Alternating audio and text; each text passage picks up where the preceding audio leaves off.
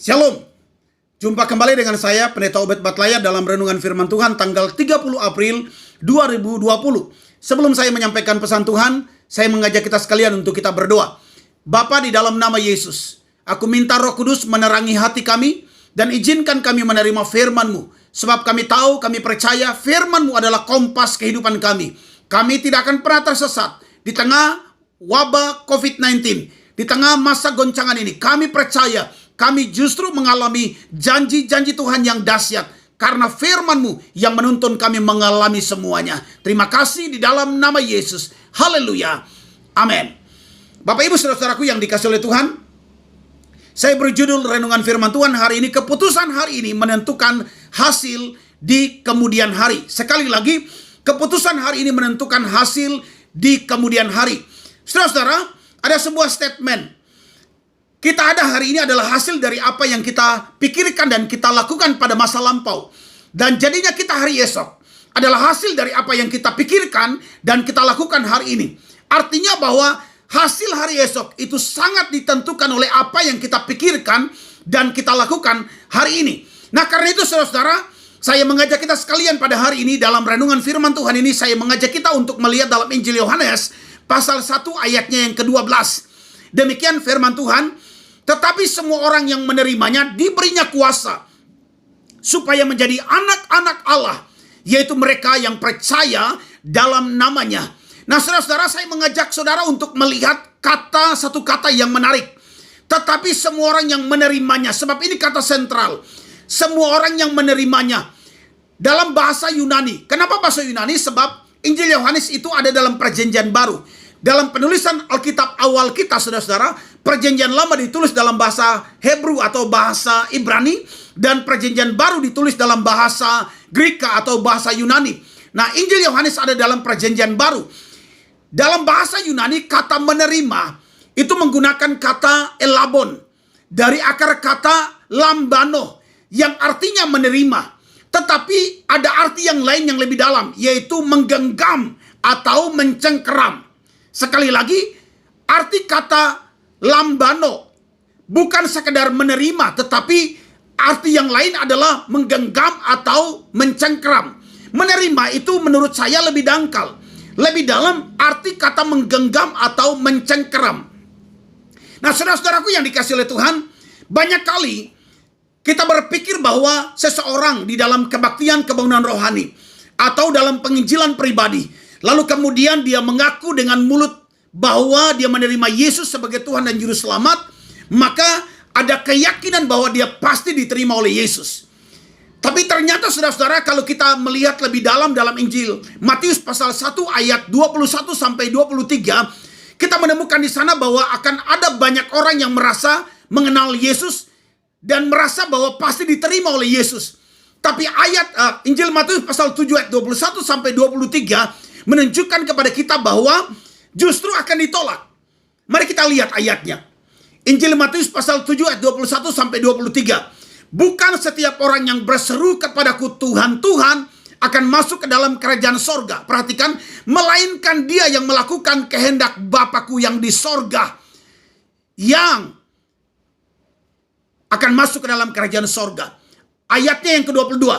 Pada hari-hari terakhir banyak orang akan berseru kepadaku Tuhan, Tuhan, bukankah kami bernubuat demi namamu dan mengusir setan demi namamu dan mengadakan banyak mujizat demi namamu juga? Pada waktu itulah aku akan berterus terang kepada mereka dan berkata, aku tidak pernah mengenal kamu. Enyahlah daripadaku kamu sekalian pembuat kejahatan. Nah, saudara-saudara perhatikan, kalau ayat ini saudara cerna lebih dalam, maka mereka bukan sekedar orang Kristen biasa. Mereka melakukan banyak tanda-tanda mujizat.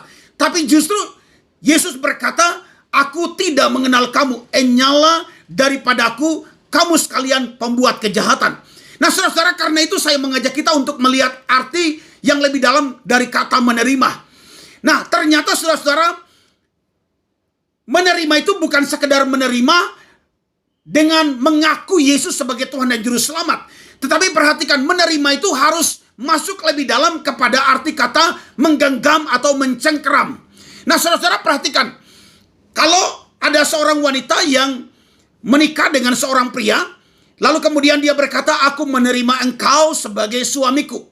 Pertanyaannya, apakah pernyataan 5 detik itu menjadi jaminan bahwa wanita ini sungguh-sungguh menerima laki-laki ini menjadi suaminya secara benar?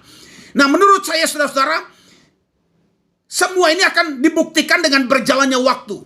Dalam perjalanan waktu inilah yang menentukan apakah si wanita ini benar-benar menerima pria ini menjadi suaminya dengan hati yang tulus. Nah, saudara-saudaraku yang dikasihi oleh Tuhan, sama. Ketika kita mengaku Yesus sebagai Tuhan dan Juru Selamat, maka itu tidak menentukan.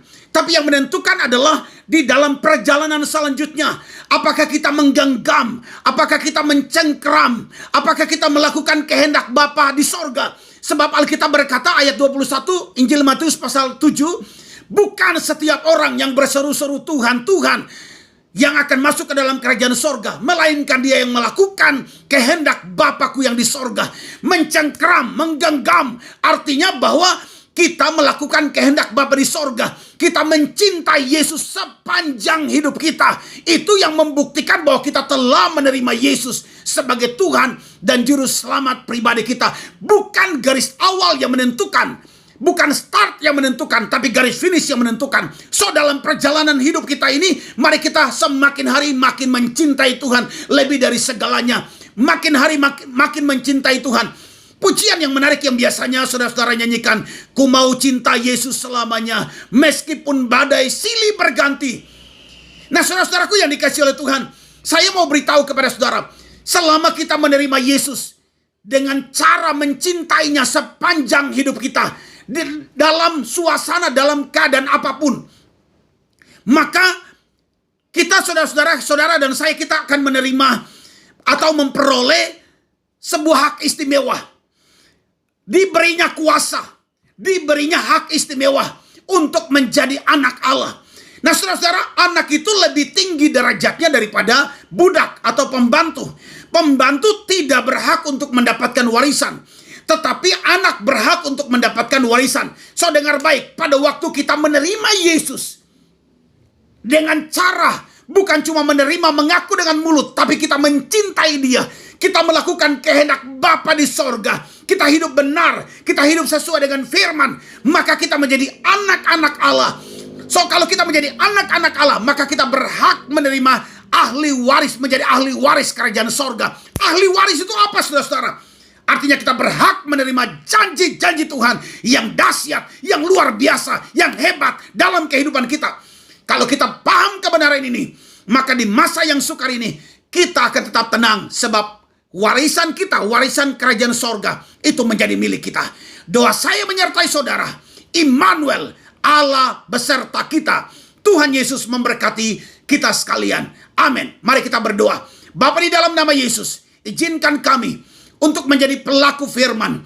Kami tidak hanya mengaku Yesus sebagai Tuhan dan Juru Selamat kami dengan bibir kami, tapi kami mau mencintai Yesus sepanjang hidup kami, melakukan kehendak Bapa di sorga, hidup sesuai dengan firman, melakukan firman di dalam hidup kami. Kami percaya di masa yang sukar, di masa goncangan ini, justru kami mengalami janji Tuhan yang luar biasa. Di dalam nama Yesus, haleluya, amin.